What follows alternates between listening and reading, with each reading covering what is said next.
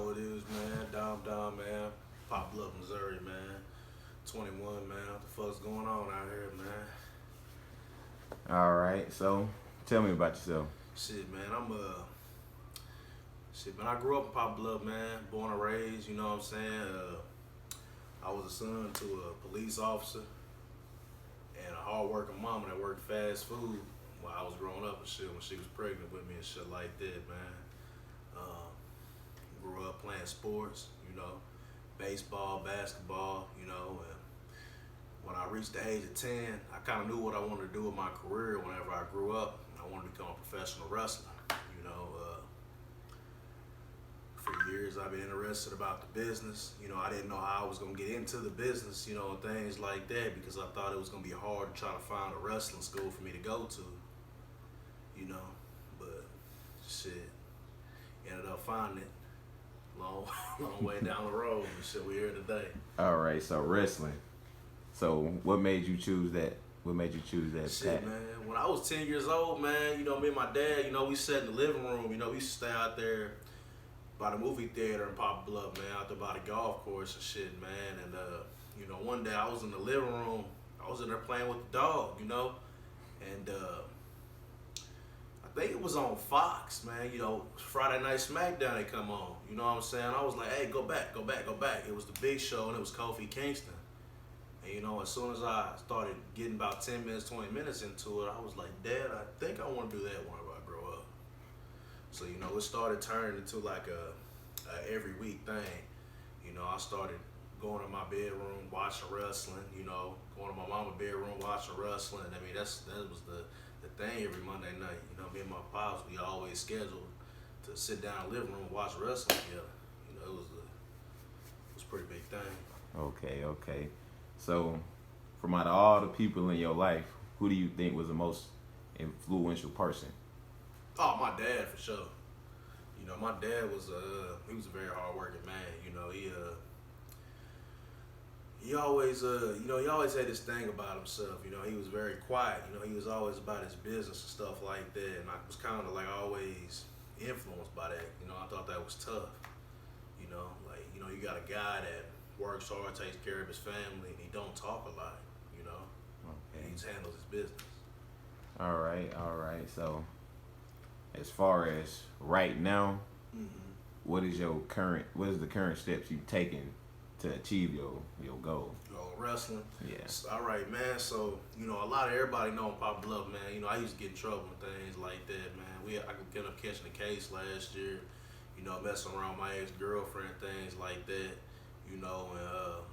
I sat in Butler County Jail for about 71 days, and as I was sitting in there, a lot of people when they sit in jail, a lot of them stress and things like that. When they gonna get out? When you gonna get out? I took that time and I did something with it. I was in there thinking to myself, I was like, well, I'm 21. I think I'm tired of getting in trouble. I think it's time for me to take off with professional wrestling. And before I had went to jail, there was a guy I was emailing back and forth. His name was Dustin Starr. They had started up the professional wrestling training program. So, as far as childhood, what is the earliest memory that you can recall? The earliest memory? Yeah.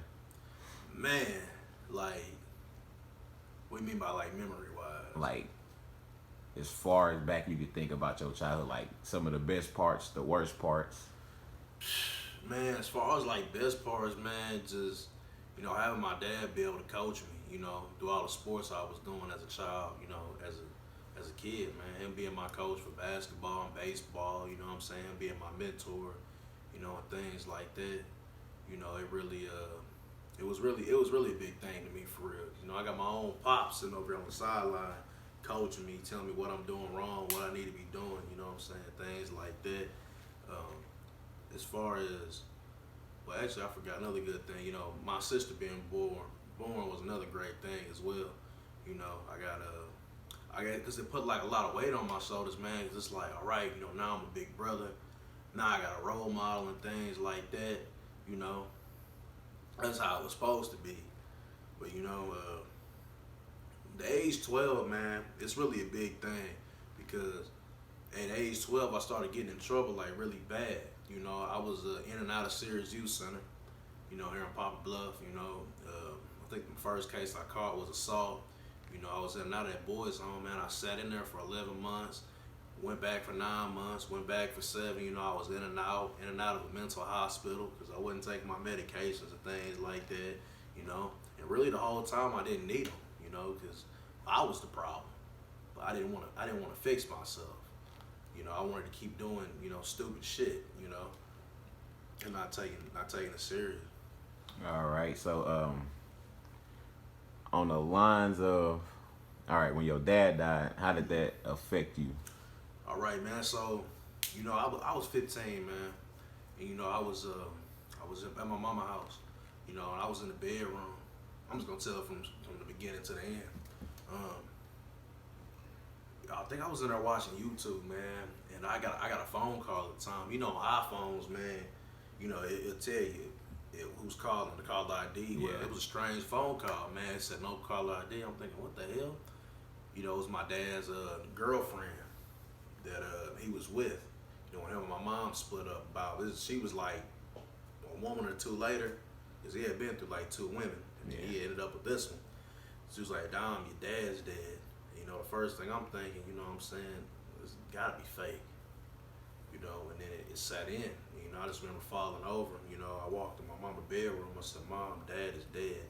And she let out this big old howl, you know. And first thing I'm thinking is like, what the fuck's going on? You know, so we speed up, you know, in traffic.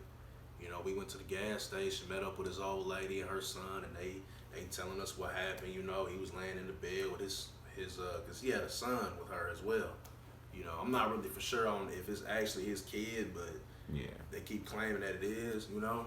But they had tried to wake him up to take out the trash, and he was just laying there with foam coming out of his mouth. He had overdosed. You know, nobody called the ambulance or anything. They called the funeral home, and they came and picked his body up. And it was just a fucked up situation because it's like, you know, how long has he really been dead? You know, because nobody called, you know what I'm saying, the police, nobody called, ambulance, no nothing. You know what I'm saying? Y'all just called the funeral home to pick up his body. And you know, my dad's dad, you know, I'm gonna get on that subject real quick. My dad and his dad didn't really have a whole good relationship growing up. You know, my dad and his mom and his sister, they moved to Vegas and shit like that. And they was always moving and things like that. You know, my dad he was a street nigga. You know, he was raised in the streets and shit like that. He didn't, you know what I'm saying, he didn't have a role model growing up.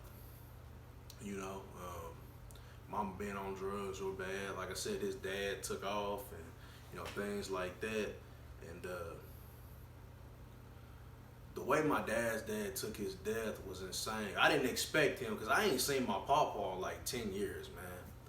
And I think it clicked in his head, I got to get down there. My son's dead, you know. So they pulled up, you know what I'm saying? They drove about 7 hours from Kentucky, came down here trying to figure out the ins and outs of what's going on.